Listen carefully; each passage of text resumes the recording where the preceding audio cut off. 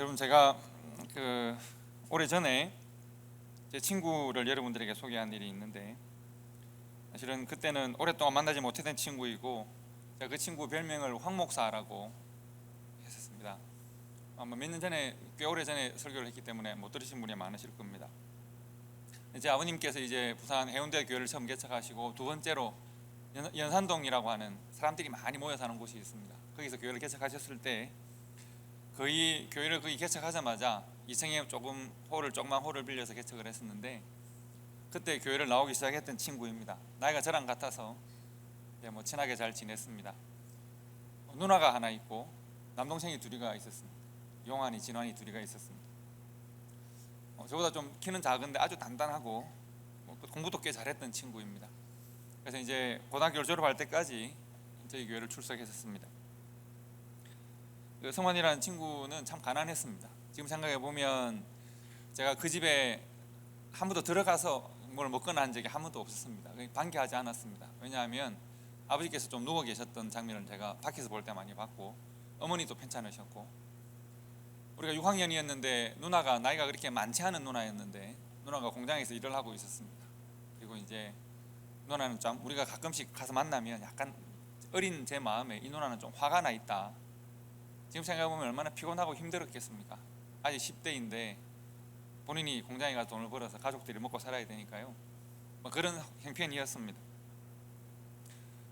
사실 밀집 인구 지역이었기 때문에 갈 데도 없고 하니까 성환이가 늘 교회 2층에 저희 교회가 개척한 곳이 아주 작은 홀을 하나 빌려서 교회를 시작했는데 놀이터였습니다. 그래서 늘 그곳에 나와 노는 걸 좋아했고, 식사 때가 되면 이제 늘 어머님이 성환아 와라 해서 불러서 밥을 주시니까 함께 밥을 먹고 그랬었습니다. 제가 성환이를 좀 특별하게 기억하는 것은 이 친구가 좀 남달랐기 때문입니다. 저희 때는, 제가 그러니까 지금부터 한 30년도 훨씬 넘게 전에 이 중고등부 나이 때는 저희 때 놀 게 별로 없었지 않습니까? 그래서 교회 나가면 꽤 재밌었습니다. 그래서 제 학년에만 20명 가까이 되는 학생들이 와글와글 거렸는데, 총 합치면 중고등부 꽤 숫자가 많았고요. 학생들 한 20명 정도가 이제 늘 떠들고 놀고 했지만, 이제 제가 생각해도 제 친구들이 교회를 많이 나왔어요. 중고등학교 때 동기들이 교회를 많이 나와서 제가 판단할 때 이놈들은 믿음은 없는데 놀러 나오는 것이다, 이렇게 제가 판단을 하고 있을 만큼 그랬었는데, 성환이는 좀 진지했습니다. 그리고 이제 고등부 총무를 했는데 기도를 참 잘했습니다. 지금 생각해보면 그 친구가 진실되게 기도를 잘한 것 같아요. 그래서 교회에서 어릴 때 저를 이목사 이렇게 부르는 어르신들이 가끔씩 있었습니다. 왜냐하면 아버님이 목사님이시고, 또 제가 어릴 때부터 목사가 된다고 그랬으니까 이목사 이렇게 농담삼아 부르는 분들이 있었는데, 성환이를 황 목사라 부르는 분들이 또 많았습니다. 워낙 착하고 성실하고 또 기도도 참 잘하고, 그래서 어쨌든 찬양대회나 퀴즈대회를 하면 또 열심히 준비를 해서 잘 좋은 성적을 내고 해서 교사들이나 또 교회 어른들이 황 목사 이렇게 많이 불렀던 기억이 있습니다. 고3이 되었는데 입시를 준비할 때 서로 이야기를 좀 많이 했었던 기억이 있습니다. 공부를 꽤 잘했었기 때문에 제가 이제 성환이한테 권하기는, 너는 이제 10도 힘들고 어려우니까 좀 이렇게 약간 대학을 낮춰가서 장학금을 받아라. 그리고 또 너 가정도 부양해야 하니까 상대 이런 데를 가라, 이런 이야기를 저희 어린 나이 때 했던 기억이 있습니다. 근데 성환이는 국문과를 가려고 그랬어요. 그래서 국문과 가서 뭐 할래? 자기는 글을 쓰겠다고 그래서 정말 이 친구는 국문과에 원서를 냈죠. 그리고 합격을 했죠. 그리고 학교를 못 갔습니다. 사실 지금 생각해 보면 성환이가 이제 자기 가정 형편상 고등학교를 졸업하자마자 돈을 벌어야 된다는 걸 알았기 때문에 어떻게 보면 지원을 해서 합격했다고 하는 자부심만 가지려고 했던 것 같아요. 그래서 대학은 지원했고 합격은 했지만 대학은 안 갔어요. 그리고 그때부터 이제 고등학교 졸업하고 바로 부산 지역에 그때 신발 공장이 많았거든요. 신발 공장으로 취직을 한 거죠. 그리고 그때 같은 친구들이 대학도 가고 대학생이 되었는데, 본인은 이제 취직을 하고 공장 일을 다니니까 이 친구가 교회를 안 나오기 시작한 거죠. 그때부터 이제 교회를 출석을 안 한 것입니다. 다만 가끔씩 밤에 저를 찾아왔습니다. 제가 방에 이렇게 있으면 제 방이 길가에 창이 있는 방이었는데 가끔씩 이렇게 조그만 돌멩이로 창을 이렇게 던지는 소리가 나서 창을 열어보면 그 친구가 쪼그리고 이렇게 앉아 있었습니다. 술이 이만큼 취해서 앉아 있었습니다. 엉도야 이렇게 찾아와서 뭐 자기 이야기를 했습니다. 어려운 시를 이야기하기도 하고, 그때 그 친구가 늘 영어로 된 책을 이만큼 두꺼운 걸 늘 들고 다녀서 저는 영문과를 다녔는데 저거 영어를 잘했어요. 그래서 막 영어로 이야기를 하기도 하고 그랬던 기억이 있습니다. 제가 대학을 2학년이 되고 3학년이 되고 하면 저도 나름대로 바빠지니까 이 친구가 저를 찾아오는 빈도수가 점점 줄어들다가 언젠가부터 찾아오지 않게 되었는데, 근데 집 전체가 어디로 가버려서 소식이 완전히 끊긴 것이죠. 황성환이 이야기가 그렇습니다. 소식이 완전히 끊긴 채로 10년, 20년, 30년, 40년이 돼가는 거죠. 그래서 제가 너무 궁금한데, 제가 전에도 한번 이런 비슷한 이야기로 말씀을 드렸던 기억이 있습니다. 황성환이, 황 목사, 너무 궁금한데 지금 뭐 하고 있을까? 제가 지난달에 한국 방문했을 때 이메일이 왔습니다. 이영도, 너 이영도가 맞니? 부산 연산동의 시민교회 이 목사님 아들 영도가 맞니? 맞으면 연락을 줘라. 이렇게 연락이 왔습니다. 보니까 황성환이었습니다. 너무 놀라기도 하고 바로 연락을 바로 해서 그날 바로 만났습니다. 제가 마침 서울에 가 있을 때 연락을 받았고, 성환이가 또 서울에 살고 있어서 성환이 얼굴을 좀 보여주세요. 네, 저 친구가 황성환입니다. 앞에 있는 누군지 아시겠죠? 네, 앞에는 여러분 잘 아시는 사람이고 뒤에는 황성환입니다. 뭐 그때도 우리 중고등부 시절 때도 저보다 키는 작고 몸은 아주 좋았는데 키는 작았는데 지금도 뭐 비슷하더군요. 너무 반갑게 만나서 허그도 하고 악수도 하고 어떻게 지냈냐, 뭐 짧은 시간에 수많은 정보들이 이렇게 막 오고 갔습니다. 참 감사하게도 성환이가 잘 살아왔습니다. 잘 살고 있었습니다. 군입대를 하면서 이제 이사도 가고 소식도 끊어지고 했다고, 그리고 이제 뭐 여러 가지 복잡한 마음이 들어서 연락을 못했다고, 그리고 제대를 할 때쯤 어떻게 살 건지 고민을 하다가 내가 만약 계속 이렇게 내가 살면 내 삶이 절대 변하지 않을 것 같다는 생각을 해서 이제 정말 새로운 삶을 살기로 결정을 딱 하고 막노동을 했습니다. 해서 돈을 모으고, 낮에는 막노동을 해서 돈을 모으고 밤에는 한국에 하면 지금은 많이 없어졌습니다만 독서실이라는 게 있었습니다. 주로 이제 공부할 장소가 부족한 사람들이 모여서 공부를 하는 거죠. 독서실에서 밤새도록 공부를 하기도 하고, 입시가 힘들었으니까 독서실 총무를 했습니다. 총무라고 하는 것이 독서실을 관리하고 청소도 하고, 총무를 하면 조그만 쪽방 같은 걸 하나 줘요. 그럼 거기서 먹고 자고 하면서 독서실에 주는 월급도 조금 받고, 그러니까 낮에는 노동 일을 하고 밤에는 독서실 관리를 하면서 공부를 한 거죠. 그래서 꽤 좋은 뭐 괜찮은 대학에 진학을 했습니다. 그리고 이제 계속 장학금을 받으면서 1년 동안 모았던 그 노동 일을 했던 것으로 또 나름 살고 하면서 대학을 진짜 힘들게 야간 대학을 졸업을 하고, 그러니까 한국에 있는 국립대학 중에 야간 대학에 있는 대학에 진학을 한 거죠. 졸업을 하고 그리고 아주 좋은 회사에 취직을 했습니다. 근데 지금은 회사에 중력이 되어 있더군요. 그래서 너 정말 잘 살았다. 그래서 제가 꼭 묻고 싶은 것이 있었습니다. 제가 묻고 싶은 것이 뭐였겠습니까? 너 성환아, 너 교회는 댕기나? 제가 이렇게 물었습니다. 그래, 나 신앙생활 열심히 해. 내가 다니는 교회는 말이야, 교회 설명을 막 하고 하나님께서 마침 나에게 정말 좋은 아내를 주셔서 나보다 믿음이 더 좋아. 열심히 신앙생활 잘하고 있어. 그래서 그렇게 대단히 크지 않은 교회에 좋은 일꾼으로 교회를 잘 섬기고 있다고. 또 하나 궁금했던 것이, 근데 너 내 한국 오는 거 어떻게 알았니? 물어보니까 알고 보니까 성환이도 제가 궁금해서 구글에 검색을 한 거죠. 몇 년 전에 이놈이 옛날에 목사 된다고 그랬는데 이제 목사가 되었을까? 그래서 이영도 목사하고 한번 이렇게 쳐보니까 초대교회가 나오고 설교하는 게 나오더라는 거죠. 그래서 매주 예배에 참석하고 있다고. 아마 좀 있으면 이 설교도 아마 들을 거예요. 매주 설교를 듣고 있다고. 그래서 네가 한국 간다고 설교한 이야기를 듣고 너 교회 홈페이지를 찾아보니까 네 이메일이 있어서 이메일을 보냈다. 그래서 제가 정말 잘했다, 너 정말 잘했다. 근데 성환이가 저한테 내가 너한테 부탁이 있는데 뭐냐, 이제 우리 부모님 소식들 이야기하잖아요. 성환이 부모님은 다 돌아가셨고 이제 제 아버님 돌아가신 이야기를 했더니 이제 그럼 어머니 계시니? 어머니 계신다. 어디 계시니? 진해, 경남 진해라는 곳에 여동생하고 같이 사신다. 그러면 내가 어머니를 만나고 싶고 어머니에게 식사 대접을 꼭 하고 싶다. 할 수 있도록 해줘라. 지금 팬데믹이고 뭐 너 지금 직장도 다녀야 되는데 어떻게 오려고 그러니? 내가 휴가를 낼게. 휴가를 내서 어머니를 꼭 만나서 하고 싶은 게 있다. 꼭 따뜻한 식사를 대접하고 싶다. 왜? 했더니 내가 어릴 때 정말 배가 고프고 집에 가봐야 또 아버지 어머니 늘 누워 계시고 너무 힘들고 어려웠는데 늘 어머니께서, 그러니까 저희 어머니께서 성환아 이리 와라 해서 밥 먹으라 라고 하는 소리가 너무 반갑고 좋았던 거예요. 성환아 밥 먹으라 소리가 너무 반갑고 좋아서 늘 못 이기는 척하고 와서 밥을 먹었지만 밥이 너무 감사했고, 그래서 내가 목사님하고 사모님을 다시 만나면 꼭 식사 대접을 정말 제대로 한번 해보고 싶었는데 이제 만날 수 있게 되었으니까 식사 대접을 하게 해줘라. 너는 지금 서울에 있고 우리 어머니는 뭐 진해에 계시고 또 네가 오는 것도 힘들 텐데, 근데 고집을 세워서 드디어 온 거죠.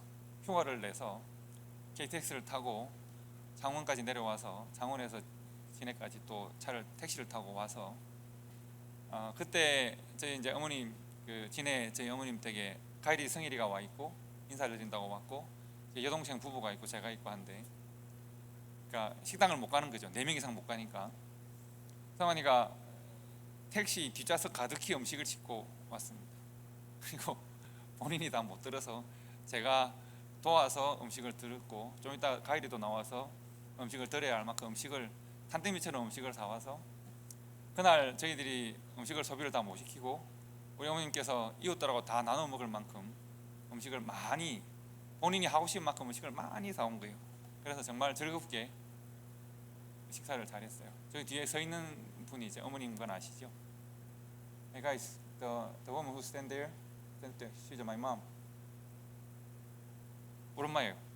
우리 엄마 저기 서 계신 분이시고, 그리고 이제 함께 식사를 했습니다. 지금도 이제 이후에 연락처를 서로 나눴기 때문에 이제 연락을 하는 것이죠. 그리고 35년 만에 실은 친구를 만난 거였어요. 30년 어쨌든 꽤 오랜만에 친구를 만난 거여서 너무 반갑고 좋았습니다. 그리고 잘 살고 있는 것을 확인하니까 좋고, 성환이도 저 집에 들어오자마자 무조건 어머니를 앉으시라 그러고 큰절을 하고 이렇게 눈물도 조금 흘리고 이렇게 했습니다. 감사하다고, 그때 먹은 밥이 참 감사하다는 이야기도 많이 했습니다. 그런데 여러분, 제가 오늘 자녀들과 함께 예배를 드리면서 꼭 이런 이야기 하고 싶었습니다. 사실 우리가 2020년 팬데믹이 우리에게 왔습니다. 그리고 우리는 새로운 시대를 지금 맞이하고 있습니다. 우리의 삶에 대한 새로운 시각, 새로운 해석이 곳곳에서 일어나고 있고, 또 교회란 무엇인가에 대해서도 많은 고민과 또 많은 생각들이 오고 가고 있습니다. 여러분, 교회는 무엇입니까? 오늘날 우리 시대의 교회는 과연 무엇이라고 우리가 정리를 하고 가장 중요한 핵심 가치를 만들어내라면 뭐라고 말을 할 수 있겠습니까? 교회는 뭡니까? 사도 바울은 이제 하나님께서 사도 바울에게 영감을 주셔서 설명하시기를 교회는 예수 그리스도의 몸이라고 했습니다. 고린도전서 12장에 보시면 너희는 그리스도의 몸이요 지체의 각 부분이다 이렇게 말씀하십니다. 그리고 또 오늘 로마서 12장 5절에 보시면 이와 같이 우리 많은 사람이 그리스도 안에서 한 몸이 되어 서로 지체가 되었느니라 이렇게 말씀하셨습니다. 이 고린도전서의 말씀과 로마서의 말씀, 오늘 본문 말씀은 같은 말씀이지만 조금 차이가 있습니다. 고린도전서 12장 27절 말씀을 보시면 너희는 그리스도의 몸이자 지체의 각 부분이다. 즉 예수 그리스도와, 머리 대신 예수 그리스도와 우리들 모두의 관계를 설명합니다. 예수님과 우리의 관계는 우리는 몸, 예수님 우리의 머리, 예수님의 인도하심과 부르심대로 따라가야 하는 함께 몸된 교회다라고 하는 것입니다. 그러나 로마서 12장 5절 말씀은 조금 다릅니다. 다시 한번 읽어봅시다. 다 같이 시작. 이와 같이 우리 많은 사람이 그리스도 안에서 한 몸이 되어 서로 지체가 되었느니라. 이 말씀은 조금 다른 말씀입니다. 어떻게 다른가 하면 이와 같이 우리 많은 사람이 그리스도 안에서 한 몸이 되어까지는 아까 읽은 고린도전서 말씀과 같은 말씀입니다. 우리는 예수 그리스도의 몸입니다. 여러분과 저는 예수 그리스도의 몸입니다. 그런데 우리가 한 몸이 되었는데, 그런데 지체가 되었습니다. 우리는 예수 그리스도의 몸이자 지체라고 하는 것이 고린도전서의 말씀인데, 로마서 12장 5절에서는 지체가 되었는데 누가 누구에 대하여 지체가 되었느냐 하면 당연히 우리는 예수 그리스도의 몸이자 예수 그리스도의 지체입니다. 그런데 로마서의 말씀에서는 우리는 서로가 서로에 대해서도 지체가 되었다는 이야기입니다. 즉 저는 몸된 여러분의 지체입니다. 여러분 한 사람 한 사람은 우리들 모두의 각각의 지체입니다. 즉 우리는 예수 그리스도의 몸으로서의 지체이기도 하고 우리가 서로가 서로에 대하여 지체의 역할을 하기도 하는 그런 공동체다라고 하는 것입니다. 교회라면 이것이 인정이 되어야 합니다. 교회는 예수 그리스도의 몸이다, 다 동의하실 겁니다. 예수 그리스도의 손과 발이다, 동의하실 겁니다. 그리고 교회는 오늘 로마서의 말씀에서 뭐라고 말을 하느냐 하면 우리는 서로에 대해서도 지체가 되었다. One another 혹은 each other, 우리가 서로에게 지체가 되어졌다는 것입니다. 교회라고 하면 서로를 위해 충성하고 서로를 위해 헌신해야 되는 중요하고 거룩한 사명 가운데 있다는 것입니다. 여러분, 오늘날 우리가 팬데믹이 오고 온라인 예배를 드립니다. 어느 부분에 가장 치명적인 피해가 있을까요? 바로 서로가 지체가 되는 성도의 교제의 부분에서 가장 큰 어려움이 있습니다. 여러분, 성도의 교제를 밥 먹고 인사하고 이것이라고 생각하지 마시기 바랍니다. 성도의 교제의 가장 풍성한 교제는 바로 예배를 통해 이루어집니다. 하나님 안에서 우리가 함께 예배할 때 성도의 풍성한 교제가 나타나는 것입니다. 자, 우리가 서로가 지체된다는 것은 어떤 의미가 있는지 한번 고민해 봅시다. 서로가 서로에게 지체가 된다는 것은 어떤 의미가 있을까요? 사도 요한은 예수님의 말씀과 예수님과의 삶에 대하여 특별한 기억을 가지고 있는 사도입니다. 사도 요한이 요한복음을 기록하고 서신서를 기록하면서 그가 가장 많이 쓴 표현이 있습니다. 즉 요한복음과 서신서에서 가장 많은 표현이 나오는 것은 우리가 서로 혹은 너희가 서로라고 하는 표현입니다. 우리가 서로, 너희가 서로. 너희가 서로라는 표현은 예수님께서 제자들을 가르치실 때 너희가 서로 그리스도의 법을 이루어야 한다, 너희가 서로 사랑해야 한다, 너희가 서로 사랑할 때 내 제자인 걸 알 것이다, 너희가 서로라는 표현을 쓰십니다. 요한은 이것을 받아서 혹은 바울은 이것을 받아서 우리가 서로 사랑함으로 그리스도의 법을 이루어야 한다, 우리가 서로 그 일을 해야 한다고 말을 했습니다. 로마서 15장 7절 말씀을 보시면 그렇습니다. 그러므로 그리스도께서 우리를 받아서 하나님께 영광을 돌리신 것 같이 로마 교회 너희도 서로 받으라고 했습니다. 여러분, 서로가 지체가 된다는 것의 첫 번째 의미, 서로가 지체가 된다는 것의 첫 번째 의미는 뭔가 하면 서로를 받는 것입니다. 서로를 하나님의 거룩한 몸으로 받아야 합니다. 그러니까 지금 이제 우리 교회에서 신앙생활을 같이 시작한 믿음이 아주 연약한 성도가 있다고 합시다. 그 또한 예수 그리스도의 몸으로 우리가 인정하고 받아야 합니다. 때로는 믿음은 있는 것 같은데, 교회를 출석하는 것 같은데 삶이 엉망인 성도가 있을 수도 있습니다. 그 또한 그리스도의 몸으로 우리가 받아야 합니다. 때로는 어떤 성도의 생각이, 어떤 말이 도저히 내가 용납할 수 없는 생각과 말이 있을 수도 있겠습니다. 그 또한 그리스도의 몸으로 받아야 합니다. 로마 시대의 로마 교회는 오랫동안 이방인으로 살고 불신자로 살고 세상의 질서를 따라온 수많은 사람들이 있었습니다. 그들에게 복음이 전거되고 그들이 예수를 믿게 되었습니다. 예를 들면 내 이웃에 살고 있는 어떤 사람은, 김아무개는 어느 날 보니까 교회를 나왔는데 예수를 믿는다고 합니다. 내가 이 사람을 너무 잘 압니다. 너 전에 이런저런 나쁜 일도 했고 이렇게 저렇게 너는 악한 삶을 살기도 했고 나한테 실수를 하기도 했고 네가 예수를 믿는다고? 내가 이 사람의 과거를 알고 이 사람의 인격을 잘 알면 인정이 잘 되지 않을 수도 있겠습니다. 우리가 가까이 신앙생활을 하다 보니 서로가 인정할 수 없는 삶이 발견되기도 합니다. 여러분, 제가 상담을 하는 중에 이웃교회 성도들, 필라델피아 사는 많은 분들을 만납니다. 그러면 신앙의 문제가 온 분들은 반드시 비판적입니다. 이렇게 말을 하죠. 목사라는 사람이, 장로라는 사람이, 집사라는 사람이, 누구누구는 믿음이 있다는 사람이 어떻게 그럴 수가 있어? 라고 말을 합니다. 그분의 말에 충분히 동의하고 감정에 동의하지만 그러나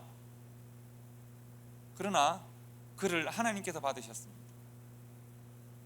그의 연약함과 부족함을 아시는 하나님께서 그를 받으셨습니다. 우리가 내가 저 사람을 인정할 수 없는지 모르겠지만 우리 주님은 그 사람을 그리스도의 몸으로 받으셨습니다. 오늘 말씀을 보시면 이렇습니다. 그리스도께서 우리를 받아서 하나님께 영광을 돌리셨다고 했습니다. 그리스도께서 우리를 받는 것이 왜 하나님께 영광이 될까요? 그것은 그리스도께서 나를 받으시는 과정에서 가장 필요한 것이 십자가의 능력이기 때문에 그렇습니다. 주님께서 우리를 받으시기 위해서 주님은 십자가에 매달리셨습니다. 주님께서 우리를 받으시기 위해서 우리 연약함과 부족함을 받으시는 과정에서 주님은 십자가를 지신 겁니다. 우리를 받으시는 과정은 주님의 고통입니다. 그러나 주님께서 고통 가운데 우리를 받으신 것이 하나님께는 영광이 되는 것입니다. 다른 말로 하면 우리가 서로를 예수님께서 우리를 받으신 것처럼 예수님께서 나를 받으신 것처럼 우리가 서로를 받을 때 서로의 생각의 차이, 그 사람의 부족함, 내가 판단할 수 있는 연약한 모든 것들을 내가 알고 있지만 그러나 그를 그리스도의 거룩한 지체로 내가 받을 때, 그를 내가 예수 그리스도의 몸으로 받을 때 내 생각의 차이, 삶의 차이, 받기 힘든 여러 가지 상황들 때문에 내게 고통이 되지만 그러나 믿음을 따라서 예수 그리스도를 따라서 주님께서 나를 받으신 것처럼 내가 그를 받을 때 그것이 하나님께 영광이 된다는 것입니다. 그리스도께서 우리를 받아서 하나님께 영광을 돌리신 것 같이 너희도 서로를 받으라. 받는 과정에서 고통이나 눈물이 있을지라도 서로를 그리스도의 거룩한 몸으로 받을 수 있는 믿음의 결단이 필요한 겁니다. 서로가 지체가 된다는 것의 첫 번째는 서로를 받는 것입니다. 서로를 인정하는 것입니다. 서로를 거룩한, 그가 가지고 있는 능력이나 그의 자격으로 거룩한 것이 아니라 우리 주님께서 그를 받으셨으므로 그에게 드디펴진, 씌워진 그리스도의 보혈의 공로 때문에 그가 거룩한 몸이 되었다는 것을 우리가 서로 인정하는 것입니다. 연약함을 발견하고 그것을 붙들고 있을 때 우리는 참 서로를 인정하기 힘들 겁니다. 그러나 그를 감사하시는 그리스도의 은혜에 집중할 때 우리가 비로소 서로에 대해서 그리스도의 몸됨을 인정할 수 있게 되는 것입니다. 서로가 지체가 된다는 것은 첫째, 서로를 받는 것을 말합니다. 두 번째, 서로가 지체가 된다는 것의 의미는 서로를 사랑할 대상으로 여기는 것입니다. 어떻게 보면 사람은 서로를 진실되고 참되게 사랑할 능력이 없는 것 같습니다. 최초의 두 사람이 그것을 보여주었습니다. 실패하고 말았지 않습니까? 아담과 하와는 서로에 대하여서 서로를 사랑하였지만 완전하고 진실된 사랑은 진실성은 있겠지만 완전한 사랑은 아니었던 것 같습니다. 그런데 예수님께서는 이제 완전한 사랑에 대하여 우리들에게 말씀하십니다. 요한복음 13장 34절 35절 말씀 보면 이렇게 되어 있습니다. 새 계명을 너희에게 준다. 너희가 서로 사랑하라고 했습니다. 여러분, 그 이전에도 인류는 사랑했습니다. 그리고 이전에도 사랑은 계명이었습니다. 하나님을 사랑하고 이웃을 사랑하는 것은 이전에도 주어진 계명이었습니다. 예수님께서는 이것을 새 계명이라고 말씀합니다. 왜 새 계명일까요? 예수님께서 지금 말씀하신 이 사랑은 예수 그리스도의 십자가의 은혜에 근거한 사랑입니다. 예수님께서 이거 어떻게 표현하셨냐면 내가 너희를 십자가를 통하여 사랑한 것 같이 너희가 서로 사랑하라는 것입니다. 이전에는 사람이 가지고 있는 능력의 한계 안에서의 사랑이었습니다. 그런데 새 계명은 십자가 안에 들어간 사랑입니다. 십자가로 말미암는 사랑입니다. 그래서 십자가로 말미암는 사랑으로 너희가 사랑하면 이로써 모든 사람이 너희가 내 제자인 줄 알 것이다. 왜냐하면 너희에게 십자가의 흔적이 보이기 때문이다. 우리가 서로를 사랑하면 모든 사람이 우리가 주님의 제자임을 알 것입니다. 왜냐하면 십자가가 드러나고 보이기 때문입니다. 이 말을 오늘의 말씀으로 다르게 설명하면 우리가 서로 사랑하면 서로가, 세상이, 온 교회가 우리가 서로에게 지체됨을 알 수 있을 것이라는 겁니다. 우리가 서로 사랑함으로 함께 지체됨을 이루어가는 것입니다. 요한은 같은 서신서에서 같은 내용의 말씀을 이렇게 말합니다. 요한 1서 4장 7절과 11절 말씀해 보시면 사랑하는 자들 우리가 서로 사랑하자. 이 사랑은 사람의 사랑이 아닌 십자가의 사랑입니다. 사랑은 하나님께 속했습니다. 하나님께 속한 사랑, 하나님으로부터 출발한 그 사랑으로 우리를 서로 사랑하면 사랑하는 자마다 하나님으로부터 나서 하나님을 알게 된다는 겁니다. 그러므로 사랑하는 자들아, 하나님이 우리를 십자가의 사랑으로 이렇게 사랑하셨은즉 우리도 서로 사랑하는 것이 마땅하다. 마땅하다는 말은 그것이 법이라는 말입니다. 이라는 말입니다. 여러분 법의 한자의 의미를 아실 겁니다. 물의 흐름입니다. 당연하고 마땅하다는 것입니다. 우리가 서로가 서로에 대하여 지체가 되는 것이 당연하고 마땅합니다. 서로가 서로에게 지체가 되어서 서로의 사랑을 실천하는 것이 당연하고 마땅합니다. 그렇게 되기 위해서 우리는 서로를 사랑해야 될 존재로 받아야 합니다. 나를 만족시키는 존재로 기대해서는 안 됩니다. 여러분, 교회가 여러분들에 대하여 물론 역할을 당연히 해야 합니다. 성도들이 나에 대한 역할을 해야 합니다. 그러나 그 누구도 우리의 기대를 완전히 충족시킬 수가 없습니다. 사람은, 성도는 서로에 대하여 기대를 충족시켜주는 존재가 아닙니다. 여러분, 어떤 기대를 가지고 사람들을 만날 때 반드시 관계에 실패하실 겁니다. 성도를 대할 때도 마찬가지입니다. 그러나 우리가 성도와 성도가 서로를 그리스도의 사랑으로 사랑해야 할 대상으로 여기고 서로 만날 때, 사랑의 의무만을 가지고 만날 때 우리가 서로에게 지체가 되는 교회의 건강한 의미를 서로 획득한다고 말할 수 있겠습니다. 기대가 아닌 오직 사랑으로 서로를 대하고 만나고 서로를 섬겨야 할 관계가 교회적 관계이다. 그것이 서로가 지체된 교회의 모습이다라고 생각하시면 좋겠습니다. 세 번째, 서로가 지체가 된다는 것은 실천적인 의미에서 서로가 발을 씻긴다는 것으로 표현되어 있습니다. 여러분, 예수님 시대에 발은 밖에 있다가 실내로 들어갈 때 반드시 씻어야 될 가장 중요한 한 예식과도 같은 것이었습니다. 그래서 손님들이 집을 방문하면 종들이 와서 물을 가지고 와서 먼저 발을 씻겼습니다. 종들이 없는 집에 들어가면 주인이 발 씻을 물을 주는 것이 원칙이었습니다. 예수님께서는 그런데 스스로 허리에 수건을 동이시고 제 아들의 제 아들의 발 앞에 무릎을 꿇고 제 아들의 발을 씻기셨다고 했습니다. 그리고 말씀하시기를, 내가 주와 선생이 되어서 너희들의 발을 씻긴다. 너희들이 서로 발을 씻어주는 것이, 너희들이 서로 지체가 되는 것이, 너희가 너희들의 손이 되어서 너희의 더러운 발을 씻겨주는 것이 옳다, 마땅하다, 법이다 라고 말씀하십니다. 사도 바울은 이것을 다르게 표현하기를 이렇게 표현했습니다. 두 말씀을 비교하셔도 좋습니다. 갈라디아서 6장 2절에 보시면 너희가 짐을 서로 지라, 너희가 서로에게 지체가 되라는 말과 같습니다. 그리하여 그리스도의 법을 성취하라. 여러분, 로마 시대에 말씀드린 대로 종들은 손님들이 오면 발을 씻겨야 했습니다. 그리고 로마는 전쟁을 많이 했기 때문에 군대들이 지나갈 때 군인들이 짐을 지고 갈 수는 없으니까 그 지역의 사람들을 징발을 해서 짐을 지워서 일정 지역까지 가게 했습니다. 이것이 오리와 심리의 이야기입니다. 누가 오리를 가게 하면 심리를 가게 하라는 이야기, 그런 이야기입니다. 나는 가기 싫은데 내가 로마의 권력에 의해서 찍혀서 내가 짐을 지고 가야 되는 것이죠. 그러니까 짐을 진다는 것은 즐거운 일이 아닌 것이죠. 그런데 지금 예수님께서 발을 씻긴다는 표현과 같은 종들이 해야 될 일들을 지금 말씀합니다. 종들은 발을 씻겨야 하고 종들은 짐을 지고 가야 합니다. 거절할 수가 없습니다. 그런데 예수님께서는 지금 또 하나님께서는 바울을 통해서 뭐라고 말씀하시냐 하면 바로 종의 자리에서 서로를 섬기라고 말씀하는 겁니다. 서로가 지체되었다는 것은 서로가 종의 자리에서 발을 씻기고 서로의 짐을 지는 것을 말합니다. 서로에 대하여 종이 되고 서로의 팔이 되고 서로의 손이 되어서 그리스도의 법,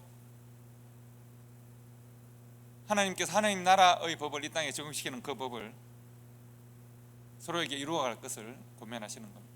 여러분, 어떻게 우리가 서로가 지체가 되는 교회가 될 것인가 세 가지를 말씀드렸습니다. 첫째는 서로가 서로를 용납하고 연약함을 받아야 합니다. 둘째는 서로를 사랑해야 하는 대상만으로 받는 것입니다. 셋째는 서로가 서로에게 낮은 자리에서 서로에게 종이 되고 서로의 손이 되고 서로의 발이 될 기꺼이 감당하고자 하는 그런 의지가 필요한 것입니다. 말씀드린 대로 우리가 오늘 이 말씀을 여러분들과 갖고 나누고 싶었던 이유가 있습니다. 여러분, 우리가 팬데믹 시대에 온라인 예배를 드립니다. 온라인 예배는 어쩔 수 없는 선택이기도 하지만 그러나 온라인 예배는 심하게 약점을 가지고 있습니다.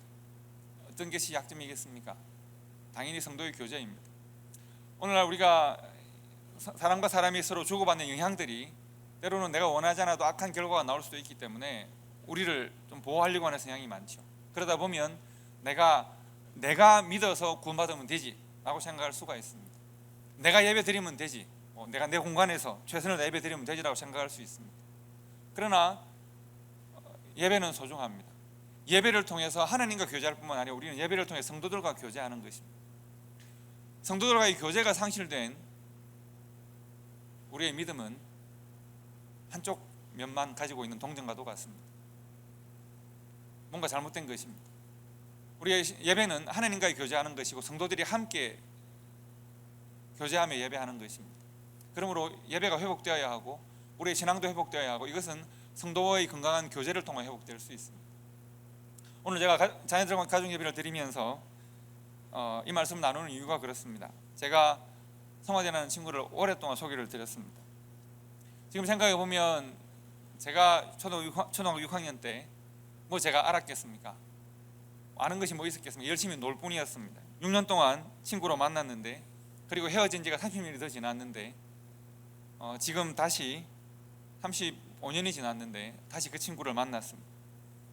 그리고 삶의 자리를 확인합니다. 하나님께서 이 친구를 부르셔도 역사하셨다는 것을 확인합니다. 그동안 늘 궁금했었지만 만날 수 없었고, 당연히 그 친구 또한 저를 궁금해하고 서로 연락이 되어 만났습니다. 오래전에 우리가 연약해서 아무것도 할 수 없다고 생각했었는데, 그러나 그 친구가 그때의 일을 기억합니다. 그리고 말을 하기를, 그때 친구가 되어줘서 참 고마웠다. 그때 내 친구가 되어줘서 고마웠다. 그리고 그때 교회에서 어른들이 내 이름을 불러줘서 참 고마웠다. 아무도 나를 귀하게 여기지 않을 때 나를 황 목사라고 불러줘서 고마웠다. 그 일을 기억하고 있다. 내 삶이 미저러블해서 여러 가지 좋지 못한 생각들도 하고 함부로 살아버릴까 생각도 했지만, 내가 이렇게 살면 안 되지, 내가 내 삶을 이렇게 세워야지라고 생각했던 것도 그때 내 이름을 불러주고 나에게 밥 차려서 먹으라고 보내주고, 너는 참 특별하구나, 너는 참 너 나중에 목사 되면 되겠다, 너 황 목사다 라고 불러주었던 그 교회 어른들의 그 음성이나 그 표정들이 잊혀지지가 않고, 그래서 방황하고 힘들었지만 내가 다시 교회로 돌아오고 신앙생활을 할 수 있었던 힘이 되었다. 삶에 지쳐서 힘들고 어려워서 내 마음을 주체할 수가 없어서, 요동치는 마음을 어찌할 수가 없어서 헤맬 때 내가 그때 그 기억으로 버틸 수가 있었다. 그래서 응도야, 내가 꼭 어머니 만나 뵙고 그때 내 이름을 불러준 모든 어른들을 대표해서 어머님에게 절하고 식사 대접하고 싶다, 하게 해줘라. 큰 절을 하고 함께 식사를 나눴던 것이죠. 여러분, 우리가 이렇게 예배로 만납니다. 그리고 우리가 만나서 헤어지기도 하고 이렇게 합니다. 그러나 우리가 지금 서로를 어떻게 대하는 것이 얼마나 중요한 것인가. 한 사람 한 사람에게 우리가 서로가 서로에게 지체가 되어서, 여러분 모두에 대하여 제가 지체가 되고, 또 우리들 모두에 대하여 여러분 한 사람 한 사람이 지체가 되어서 서로를 그리스도의 사랑과 은혜로 섬기는 것은 얼마나 중요한 일인가. 하나님의 나라가 한 사람의 삶을 통하여 세워지고, 하나님의 평강이 한 사람의 삶에 심겨지고, 하나님의 은혜가 그의 마음에 자리 잡고 있어서 그의 가정이, 그의 살아가는 곳곳마다 하나님의 나라가 증거되는 것 아니겠습니까? 그저 나 한 사람 하나님 잘 믿으면 되지, 팬데믹의 시대에 만나는 것도 위험하고, 바로 그렇게 교회의 의미가 약화되어지고 있습니다. 바로 그런 방식으로 이 세상이 교회를 약화시키고 있을 때, 나 중심의 교회, 나 혼자 예수 믿는, 나 혼자 신앙생활하는 교제가 사라진 교회로 이 시대가 우리를 강요하고 만들려고 할 때, 우리가 우리의 믿음을 지키는 길 중에 하나는 서로가 서로를 하나님의 지체로 받아들이고 인정하는 것이고, 그들이 나의 몸이고 내가 그 몸에 딸린 지체이기 때문에 내가 지체로서 몸을 잘 섬겨야 함을 내가 기억하고, 오직 사랑할 대상으로 여기고 내가 사랑과 헌신으로 섬기고, 그리고 내가 더욱 낮은 모습으로 너희들이 나를 만족시켜라가 아니라 내가 섬기고 헌신하려고 하는 기꺼운 그러한 신앙생활을 할 때, 우리가 이 어려운 시대에, 교제가 사라지는 시대에, 교회가 약화되는 시대에 하나님께서 우리를 부르시는 부르심에 충실하고 서로를 향한 충성된 삶을 살아가는 좋은 교회가 될 수 있게 되는 것입니다. 예수님께서 너희가 서로라고 말씀하셨고, 제자들은 우리가 서로로 화답했습니다.